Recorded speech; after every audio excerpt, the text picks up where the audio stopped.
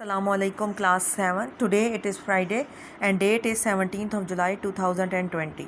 Okay, so the thing that we are going to do today is chapter number 4 activity book. ठीक है, हमारा chapter जो है वो कवर हो चुका है पूरा और हमने आज उसकी एक्टिविटी बुक का काम करना है. So open up the page number 35 of your activity book. Write down the date 17/7/2020 and write down CW. ठीक है, write down CW and today's date. Okay अब है क्या क्वेश्चन क्या है हमारा, separating the insoluble impurities from the water by using the filtration. अब इस टेक्निक में वो क्या यूज़ कर रहे हैं, फिल्ट्रेशन की टेक्निक, जिसमें कि इनसॉल्युबल को वो वाटर में से सेपरेट कर रहे हैं. Collect half a beaker of pond water और muddy water. Is the water you have collected clear? वाई लिखेंगे no it is not clear due to mud. ठीक है, no it is not clear due to the mud. पहला question क्या था कि कोई भी आप पॉन्ड वाटर का या मडी वाटर जो है वो कलेक्ट करें और आप उसके बाद देखें कि क्या वो वाटर क्लियर है, मतलब कि साफ़ पानी है. No it is not the clear water and it is not clear. Why? Because due to mud or sand or soil is present in it. Now question number 2. Now अभी हमने 7 class, हमने ये 6 क्लास में सारा procedure किया हुआ है. तो आप ये देखें, फ़िल्टर पेपर को लेके हम उसको फोल्ड करते हैं, फिर हम उसको फिर क्वार्टर में करेंगे, फिर इस तरह रख के then we will put this whole setup. ठीक है, उसके बाद यहाँ पे हम on filter paper we will pour the muddy water or the pond water, and at the end what will happen that something will be collected here and some materials they will be collected on the filter paper. ठीक है, अब जो चीज़ filter paper पे collected होती है, हमने बताया था कि उसका साइज़ बड़ा होता है, वो उसमें से पास नहीं कर सकती फ़िल्टर पेपर में से. So that is the reason कि वो फ़िल्टर पेपर के ऊपर कलेक्ट होती है, जैसे कि सैंड है या मड है. सो उस चीज़ को हमने नाम दिया था रेजिड्यू का, और जो लिक्विड इधर नीचे कलेक्ट होगा कोनिकल फ्लास्क में, that will be named as the filtrate. ठीक है ना, तो ये अगर आपको याद हो गया हो तो अब हम इसको आगे चल के इससे रिलेटेड क्वेश्चंस के आंसर्स लिखते हैं कि what are the questions they are asking. अब वो क्या कह रहा है, gradually pour the muddy water into the funnel fitted with the filter paper. ठीक है, उस फनल के ऊपर जो है आप यहाँ पे पानी डालें और वो मडी वाटर जो है वो पोर करें आहिस्ता आहिस्ता. After some times what you will see, observe the filter paper, what will remain as the residue on the filter paper. So हम क्या लिखेंगे, sand will be the sand will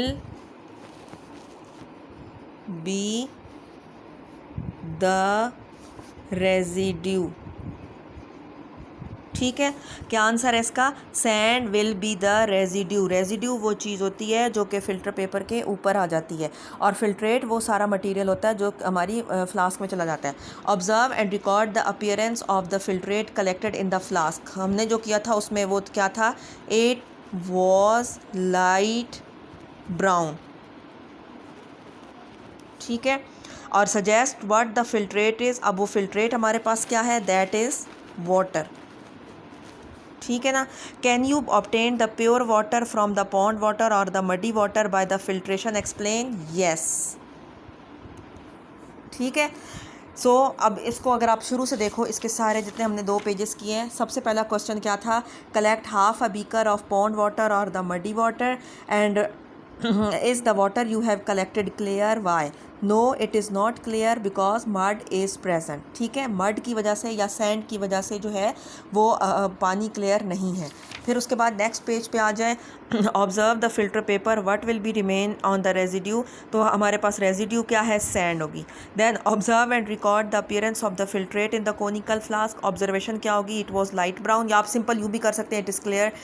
क्या होगा, water. And can you obtain the pure water from pond water by filtration, explain. Yes. ठीक है, अच्छा, now come to the next page, separating a mixture of ink and water by the distillation method. Distillation चूँकि हमारी lab में नहीं होता, इसलिए आप इसको इधर से ही देख लें कि this is a thermometer, this is round bottom flask. उसमें हमने मिक्सचर किस चीज़ की डाली हुई है, इंक एंड वाटर की. ठीक है। उसी तरह से हम उसको हीट करेंगे, वाटर जो है वो एवेपोरेट करेगा, उसके बाद कंडेंस करके इधर कलेक्ट हो जाएगा और इंक जो है वो सारी नीचे रह जाएगी। ठीक, अब इससे रिलेटेड क्वेश्चंस के आंसर ज़रा करें आप लोग। Heat the mixture of the ink and water in the distillating flask until the mixture boil.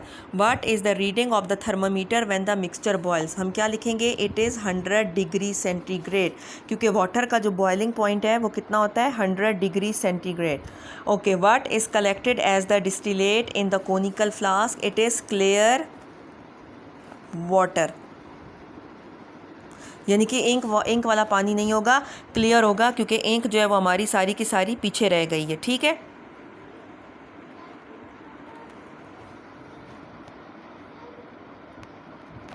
okay, the next question is stop heating the mixture after it has boiled for a few minutes and caution do not touch. Is the color of the mixture in the distilling flask lighter or darker than before? तो हम लिखेंगे it is darker, एक minute, this is distant, ठीक है, it is darker as now water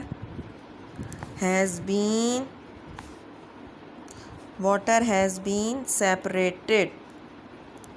ठीक है ना, कि पहले इंक में पानी मिला हुआ था, इस वजह से उसका कलर थोड़ा लाइट था, लेकिन अब जब हमने उसको बॉयल किया, वाटर बॉयल कर गया, फिर वाटर को कंडेंस किया गया, तो वो वाटर क्लीन होकर हमारे पास दूसरी वाली फ्लास्क में आ गया। तो जो डिस्टिलेटिंग वाली फ्लास्क थी, जो ओरिजिनल ये वाली राउंड बॉटम वाली फ्लास्क थी, इस राउंड बॉटम फ्लास्क में जो इंक होगी उसका कलर क्या होगा, हमारे पास डार्क आ जाएगा। ठीक है, तो अब आप इसके भी क्वेश्चन को ज़रा एक एक नज़र देख लें, ताकि आपको अपनी कॉपीज़ पे एक्टिविटी बुक्स पे उतारने में आसानी हो। ठीक, अच्छा जी, उसके बाद आ जाएं क्रोमेटोग्राम। जब हम कभी क्लास में मिलेंगे तो मैं आपको करा दूंगी। Okay, now come at page number is 42, write down today's date 17/7/20। ठीक हो गया। नाउ मल्टीपल चॉइस क्वेश्चंस, और मल्टीपल चॉइस में मैं हमेशा एक बात कहती हूँ कि मल्टीपल चॉइस में चॉइसेस बहुत सारी होती हैं, आंसर हमेशा एक ही होता है। Which of the following are mixture, air, distilled water, fizzy drink and steel. ठीक है, तो इसमें क्या आंसर होगा हमारे पास, D, 1, 3 and 4, D is the answer. ठीक हो गया। Question number 2, X has fixed melting and boiling point while Y does not. Which of the following statement about this is true? X and Y is true. ठीक है, X is an element, Y is a mixture or compound, and Y is a mixture. X is an element while Y is a compound or a mixture. X is a mixture, तो इसका answer जो है वो आपके पास option number A है, क्योंकि element जो है उसका फिक्स मेल्टिंग बॉइलिंग पॉइंट या कंपाउंड का होता है, वाई का नहीं होता। What is the residue obtained when the sugar solution is filtered. अब शुगर की सोल्यूशन की बात हो रही है, sugar is soluble in water, अव्वल तो हम उसको फ़िल्टर करेंगे ही नहीं, so there will be no residue. Which of the following techniques are used to separate the colored pigments in the leaf? Leaf में कलर्ड पिगमेंट्स की बात हो रही है, so we will separate them with the help of chromatography. A difference in the boiling point is used to separate two or more liquids in the fractional distillation। इसके देख लें, इधर भी आंसर फिर इस वाली में भी लिख दीजिएगा। First is D, then A, D, A and D. इसको ज़रा गौर करके देख लें। ठीक, अच्छा जी, उसके बाद नेक्स्ट आ जाए short answer questions. Mixing iron and sulfur forms a mixture of iron and sulfur, while heating the mixture of iron and sulfur produce iron sulfide. Write down the 5 difference in the general properties of the mixture of iron and sulfur and the compound. अब mixture of iron and sulfur जब आप mix करेंगे तो उसमें no chemical reaction। ठीक, और इसमें हमारे पास लिखेंगे chemical reaction occurs. Mixture of iron and sulphur का मतलब है कि सिर्फ हमने दोनों को मिक्स करके किसी बाउल में रख दिया है, लेकिन जब आयरन सल्फाइड बनाएंगे तो हम उन दोनों को मिक्स करके हीट भी करेंगे। हेयर नो एनर्जी रिक्वायर्ड,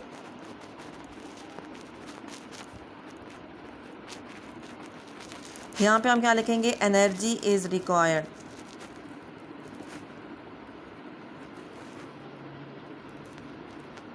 ठीक हो गया। Then number 3, can be separated easily, can be separated, और इसका आप लिख लें कैन नॉट बी सेपरेटेड। ठीक, देन इसका लिख लें can combine in any ratio, इसका लिखेंगे कंबाइन इन फिक्स्ड रेशो। ठीक हो गया। अच्छा जी, उसके बाद अगला क्या है, constituents retain properties and here we will write do not retain properties. ठीक हो गया। इसको ज़रा आप लोग देख लें। मिक्सचर में जो है वो no chemical reaction, no energy required, can be separated, can combine in any ratio, constituent retain their properties. While जब उन दोनों को मिक्स करके उसका मिक्स एक कंपाउंड बनेगा, उसमें केमिकल रिएक्शन भी होगा, उसमें एनर्जी भी चाहिए होगी, उसमें सेपरेशन भी नहीं होगी, combined in the fixed ratio and do not retain their own properties. इसको आप लोग देख लें। ठीक। अच्छा जी, उसके बाद आ जाएँ आप लोग नेक्स्ट पेज पर। Some iron fillings, chalk and common salt are mixed together in the space provided below. Draw a flowchart to show clearly how the mixture can be separated in the three parts. ठीक है, तो हम लिखेंगे bring a magnet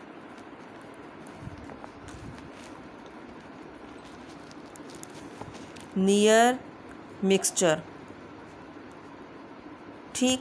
अब magnet लाने से क्या होगा, चूँकि उसमें आयरन भी थी, उसमें चौक भी थी और सॉल्ट भी था, तो हमारी क्या चीज़ सेपरेट हो जाएगी, आयरन इज़ सेपरेटेड। ठीक। अब बाकी जो दो चीज़ें आपके पास रह गई, चौक एंड सॉल्ट, तो उसको आप सोल्यूशन बनाएं। Make solution of chalk plus salt, then filter them, filter it, chalk is residue, salt solution is filtrate,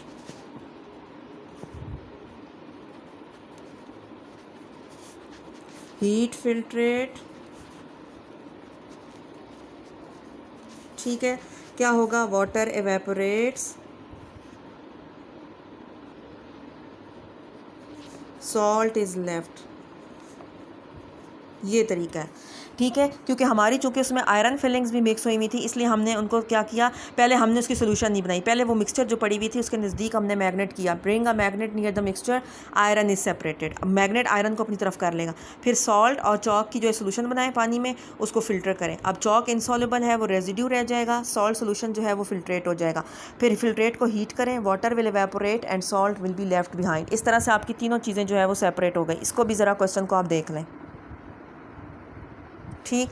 अब आ जाए आखिरी पेज पे, identify the techniques which are used. अब ये टेक्निक्स के हमने नाम लिखने। It is use to separate the water from an insoluble solid, this is filtration. ठीक। It involve the process of boiling and condensation, distillation. It is use to test the drugs, this is chromatography. It is used to obtain a solid which is soluble, evaporation। ठीक। Air is a mixture of gas, question 4, which separation technique is used to separate, that is fractional distillation।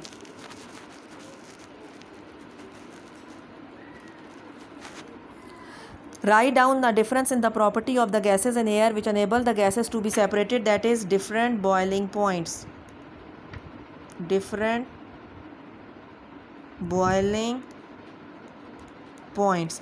Give another example of a mixture which can be separated by using this method, that is crude oil। ठीक है, पहले इस वाले page को देख लें। Number 1 हमारे पास क्या है, it is use to separate the water from the solid, filtration, फिर distillation, chromatography, then evaporation. Question number 4 का ए है फ्रैक्शनल डिस्टिलेशन, बी है डिफरेंट बॉइलिंग पॉइंट, सी है क्रूड ऑयल। ठीक। और क्वेश्चन नंबर 2 में आ जाए, इस तरह से आप फ्लो चार्ट की फॉर्म में उसको जो है वो ड्रॉ करेंगे। ये देख लें दोनों पेजेस। अब लास्ट पेज पे आ जाए, the diagram shows the chromatogram of a food colour and 3 dyes A, B and C. ठीक है, ये एक फूड कलर है और ये 3 डाइज हैं, ए, ये बी और ये जो है ये C. How many dyes does the food colour contains, 1 and 2, so it contain 2 dyes. Does the food colour contain any ban dye, अब ये वाली डाई बैन हुई हुई है, तो इसमें फूड कलर में हो गई है, येस it contains dye ए, ठीक है ना, कि डाई ए जो है वो उसमें प्रेजेंट है। अब आप इसको जो है वो देख लो ताकि आप इसको अपनी एक्टिविटी बुक पे कर दो। और ये आपका चैप्टर फिनिश हो गया वर्कशीट के साथ, क्वेश्चन आंसर्स के साथ, और आपकी एक्टिविटी बुक भी मैंने जो है वो साथ में ही कवर करा दी है। ठीक है, इसका ये है